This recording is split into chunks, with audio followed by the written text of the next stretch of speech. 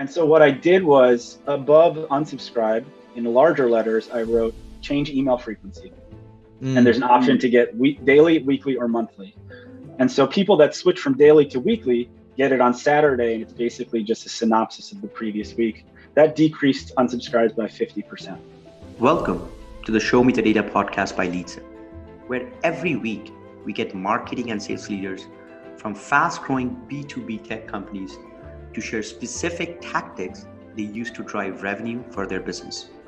The best part, they share the exact metrics and data points behind each of their tactics. I'm your host, Tukan, the co-founder and CEO of LeadSift. See you there. Hello, everyone. My guest today is Mark Lerner, head of marketing at RevOps.io. Mark, welcome to the show. Thanks for having me. Oh, thanks a lot for coming. Mark, to begin with, if you can tell us a little bit more about RevOps and what do you guys do, that'll be great. Sure. So I've actually been at RevOps at this position for about 5 months. So we're a very early stage startup. The companies are actually nearly doubled in the time I was there. So we're really growing a lot. And RevOps is really, the product is focused on what we call the enterprise checkout process. And that's really about kind of optimizing the experience of a sale that goes from like the quoting stage of a sale all the way through billing, closing and billing, and make it as effective as possible. And that really, we offer what's called a CPQ, configure price quote software, as well as the opportunity for salespeople to build quotes as flexibly as possible and experiment with their pricing while still having the guardrails put in place by their managers to not give out the wrong quotes and have deals rejected. And this kind of was built off the need that the founders saw about needing to get the right sales agreement to the right prospect at the right time. And we saw a lot of companies that had documents in various folders and multiple docx files and spreadsheets and all over the place, and things fall through the cracks. Our founder, Adam, the CEO, was actually the first engineering hire at Twilio. And he built this system essentially internally for them. And that was kind of the beginnings of RevOps, and we turned it into our own product. Nice. And you guys were also a featured product at Product Hunt yesterday. So congratulations for that. Yeah, so that was a wild experience. Definitely one of the biggest learnings is that I'll sleep more beforehand. For the audience that isn't familiar with Product Hunt, this website where every 24 hours the new products get put on and people vote, and if you get to the top, it's really great for your awareness and traffic and stuff like that. It goes live at midnight Pacific time, which was 3 a.m. my time, and so I essentially woke up at 3 a.m. and didn't go back to sleep for the next 24 hours to make sure it went off without a hitch. So that was an exciting day. And thank you for spending the next day with us talking with so little sleep. So I appreciate it. So I guess today we are going to talk about newsletters, as how you guys have been using newsletters in a unique and a fascinating way to be one of your strongest growth channel. And I believe you had mentioned to me that it came to you while you guys were racking your brain to figure out how to create content for yourself. Being a small team, it's not easy to create relevant content, and that's where the idea of newsletter came up. So can you tell us a little bit more about that? Sure. So I had started this position, relatively recently, about 5 months ago. And from my background, I understood that, we were at a place when I started where we were founder-led sales. It was very much kind of word of mouth is how people knew about us. And I knew I needed to build a top of the funnel process to start driving demand. And from my background, I knew that meant, creating engaging content and bringing people into some sort of community, but we didn't have any sort of library of content. The blog had really not, there was only a few posts there. I really couldn't use that. We didn't have very many lead magnets like ebooks or anything like that. So I spent a lot of time trying to figure out how we start building that engine. And one night when I couldn't sleep, which is when I usually get my best thoughts, I realized that I didn't need to be the writer of the content. I could be the curator of the content. And the company would still get the value of the seeming thought leadership because we were the person that was curating this to people. And so the idea came to me of having a newsletter in which we curated 5 to 10 pieces of content that were relevant to our target audience and send it to them every day. And it would be kind of wrapped in our branding. And that was the idea. And I set out to figure out exactly how to do that. I had to kind of Frankenstein something with Zapier and our marketing automation tool, in which, basically every morning I'll do a few searches, go to a few pages that I know of to go to now. And I've identified 5 as the magic number. I started with 10, I tried 3. 5 is the one that gets the most engagement. And I'll pick 5 posts and I'll add it to a list, put a little message at the top, call to action at the bottom about RevOps. And it's grown, 300% in the last 3 months. Wow. And it really started with something that I didn't even really talk to my team about. I was testing it. I didn't think much would come of it, but we started seeing inbound leads come, and it was promoted organically. I would use the Slack groups I'm in, my network, LinkedIn, and it started perpetuating itself. People would suggest it to their friends, and it's been a really great channel for building an audience and a community. The kind of numbers that I was seeing from this were things I'd never seen before. So there, at times we're getting 40% open rate, 15% click-through rate, that kind of thing, which in my experience is amazing. It is pretty crazy. Yeah. I guess, and we're gonna go to that, Mark. Couple questions around the actual process of it.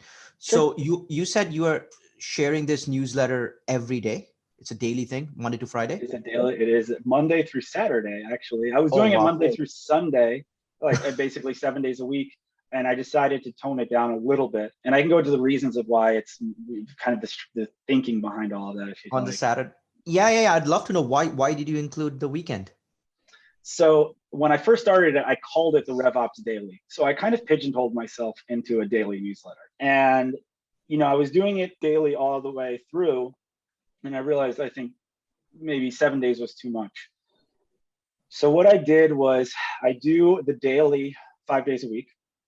And I have on Saturday, I do a synopsis of the top articles from that week.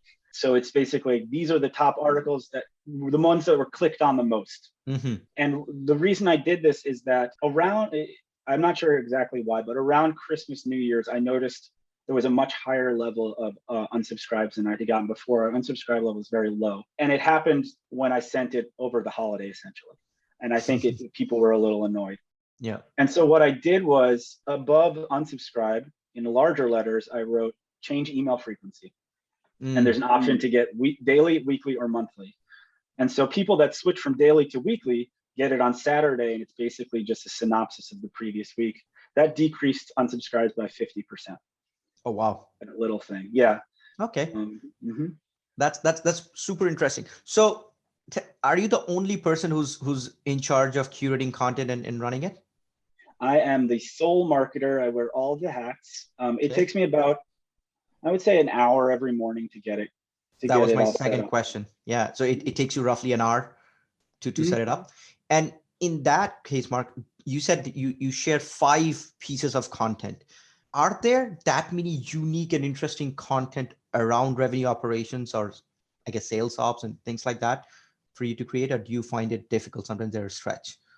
It's definitely difficult sometimes. Yeah. I think that's part of hopefully the value people find, is because it's not easy to break through the noise. I usually do a set of standard searches in Google, but I also have kind of a list of places I now go to as like a go-to source. Yep. And I try to expand it. So when I really am kind of stuck, which happens sometimes, I'll reach out to some of the Slack groups I'm in and be like, anybody have any content they want, or have for me to share. I also offer to the community, feel free to send me anything that you think might be of value. And so that helps too. And I love being able to help people that are subscribers. Someone reaches out, hey, I just wrote this post, I would love for you to share it. I gladly do it because it helps and people are interested in it. Yeah, no, that's interesting. Have you ever done any newsletter before? Like, have you managed it, or this is the first time? So I would say pretty much every role I've been in, there was some sort of weekly or monthly newsletter that was just kind of, here's what's been on our blog. It's never been this style. And actually, when I think about it, the inspiration for this was, there is a company called Close, the CRM sales. Yeah. Steady FT. CEO, exactly. He's very out there, very interesting guy. So at some point, I signed up for something called the Daily Sales Motivation. Yes.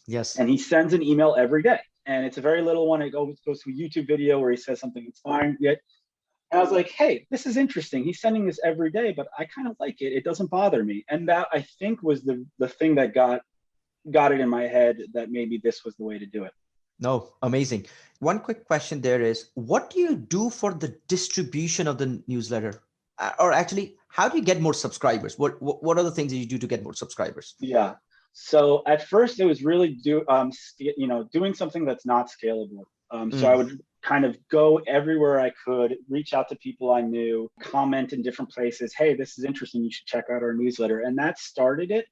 One of the things that I found is been working is that at the end of every week for the weekly, I'll look through every article that I posted, and the ones that get the most clicks, I make into a list of top 5 from that week. Okay. On Mondays, I take that and I post it in different places. Hey, these were the top 5 articles from our newsletter this week that were most interesting to people. And I link to each article, but I also link to the newsletter. That people think, hey, this is great. These are really interesting articles. And then they also go and subscribe. So I do that in a bunch of LinkedIn groups I'm in a lot of Slack groups I'm in. Other people share it. And it's kind of become somewhat of a self-perpetuating thing. Got it.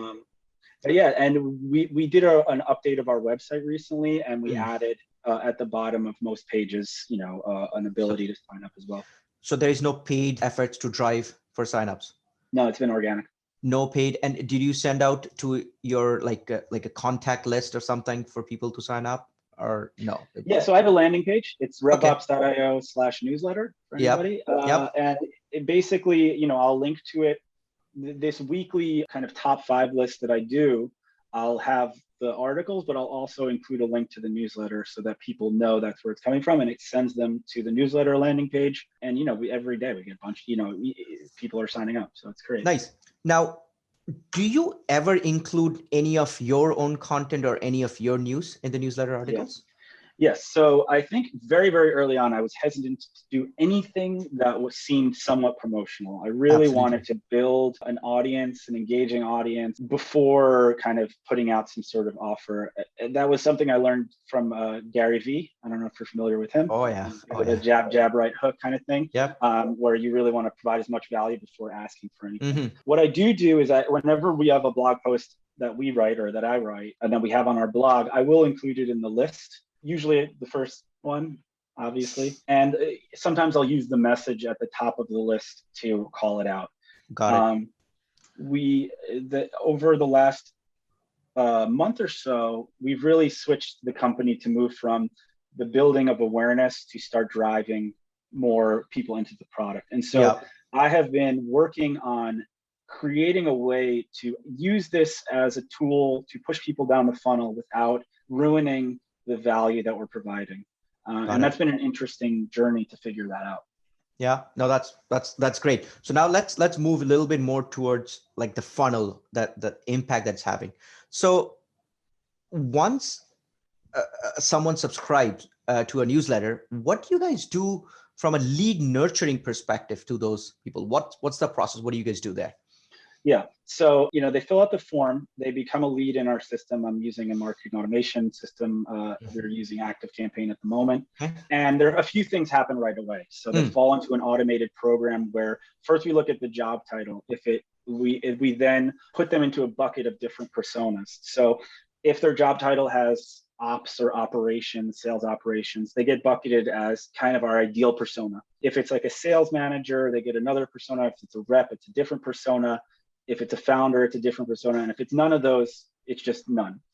And we treat the ops persona as the ideal. That's kind of the one that we put more focus on. Sure. And so they get tagged as that. I actually get a fun Slack message automated into our entire company that everyone can see that, this person at this email just signed up for the newsletter. So everyone sees every time a lead comes in. It's this kind of fun way to get everybody involved. It's something I hadn't been able to do before. And so they're tagged and we begin scoring them. So there's a context scoring system based on, clicks on the newsletter. If they go to our homepage, our pricing page, that's obviously more. And we track them from bottom of the funnel or top of the funnel, which is just a new person. As they engage, they're moved into the middle and bottom of the funnel. Once they're identified as middle of the funnel, meaning they're more engaged, they click, they go to our website, things like that. the message on the newsletter changes. So I'll have two different text blocks, and one will show for someone who's in the middle of the funnel, and someone will show for someone who's in the top of the funnel, and that message will be a little different. The one for the middle of the funnel will be more promotional of RevOps. What I've started to do lately is that we've built a pretty good pipeline, and there's about 10% of people in there, I would say, are towards the bottom of the funnel and really just right up our alley in terms of the right persona. Nice. And I have set up now once a week on Mondays, those people won't get the regular newsletter. They're set in a cadence of emails that are a drip campaign I've set up beforehand, but there is the RSS block of the top articles of that day there. So it does seem like they're getting the regular newsletter, but the message I'm sending over that time is different. It's kind of pushing them towards RevOps and doing a demo. And we started that recently, and it's already started, showing, bearing fruit. Amazing. Couple questions here. So for someone to subscribe to your newsletter, do they need to sign up with their corporate email address, and do they also have to mention their job title?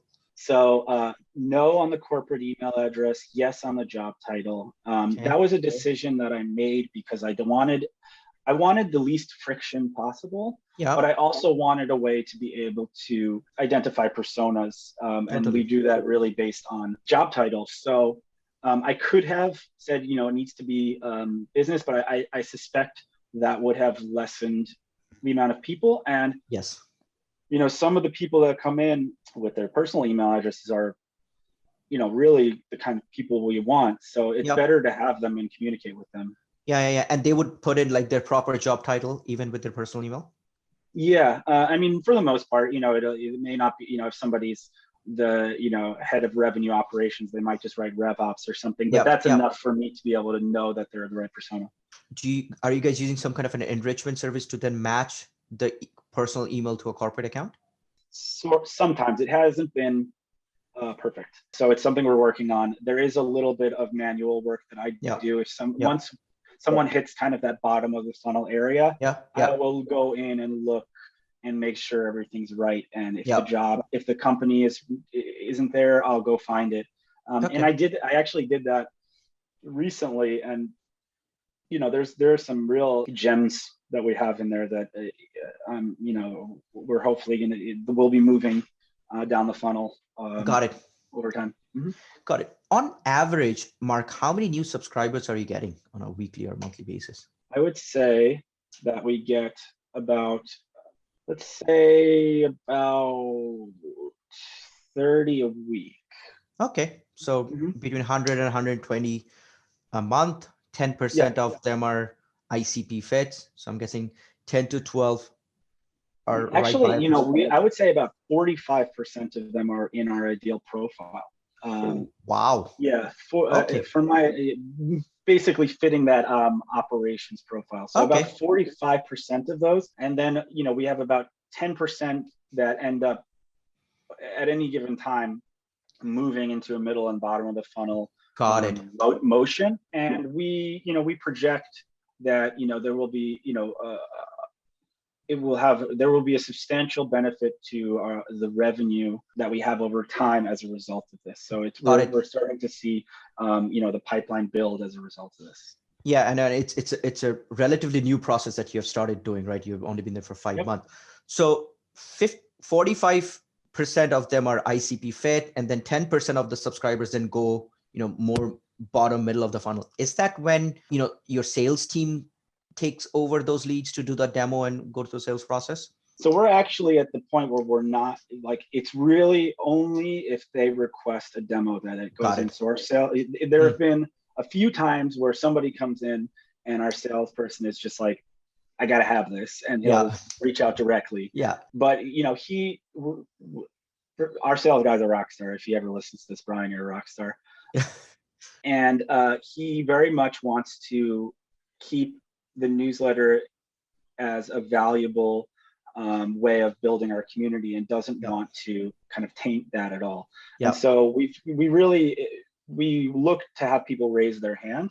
Over time, as we build out a sales team, there may be a point where a BDR will reach out directly, but that we aren't quite doing that yet.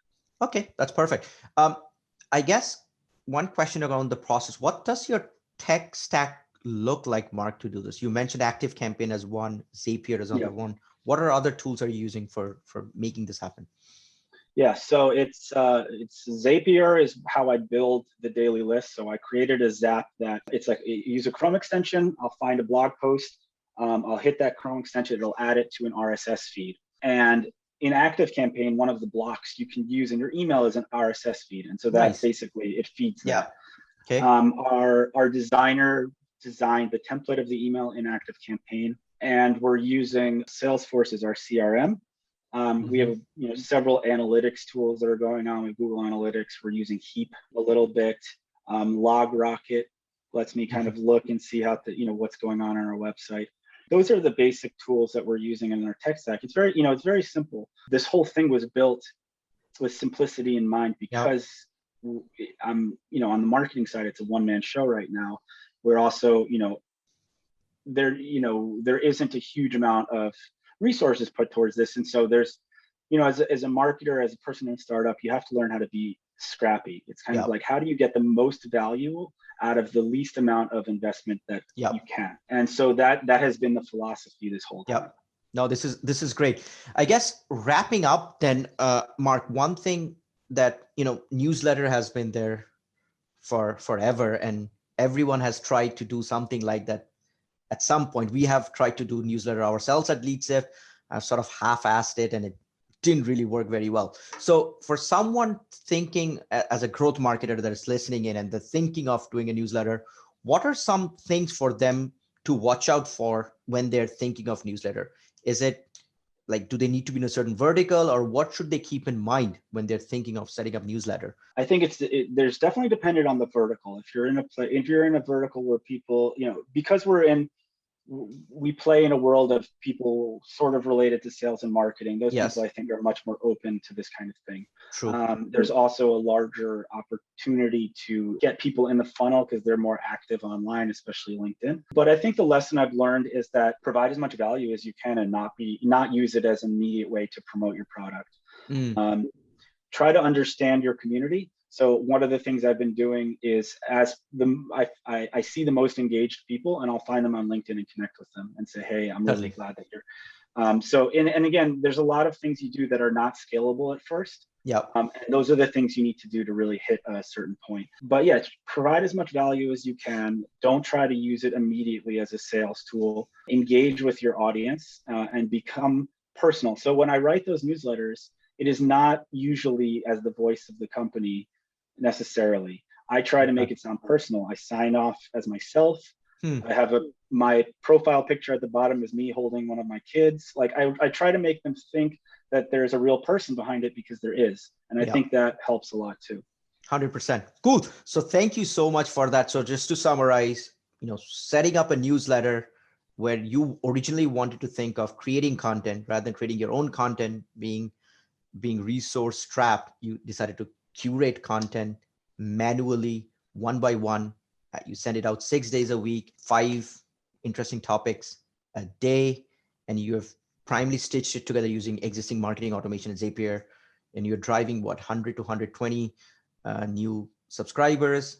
45% of them are ICP fed, 10% of them are becoming SQL and MQLs, and it's just, that's great. I mean, thank you for this. I personally got a lot out of this. I know I'm going to talk to my marketing person, Olivia, and see how we can restart our newsletter. Again, thank you so much, Mark. What's the best way to connect with you and learn more about, newsletter or RevOps.io? Right. So our website is RevOps.io. If you want to check out the newsletter, it's RevOps.io/newsletter. You can reach out to me at mark@RevOps.io if you have any questions, and I'm glad to connect. Awesome. Mark, thank you for showing us the data. Okay, thanks a lot.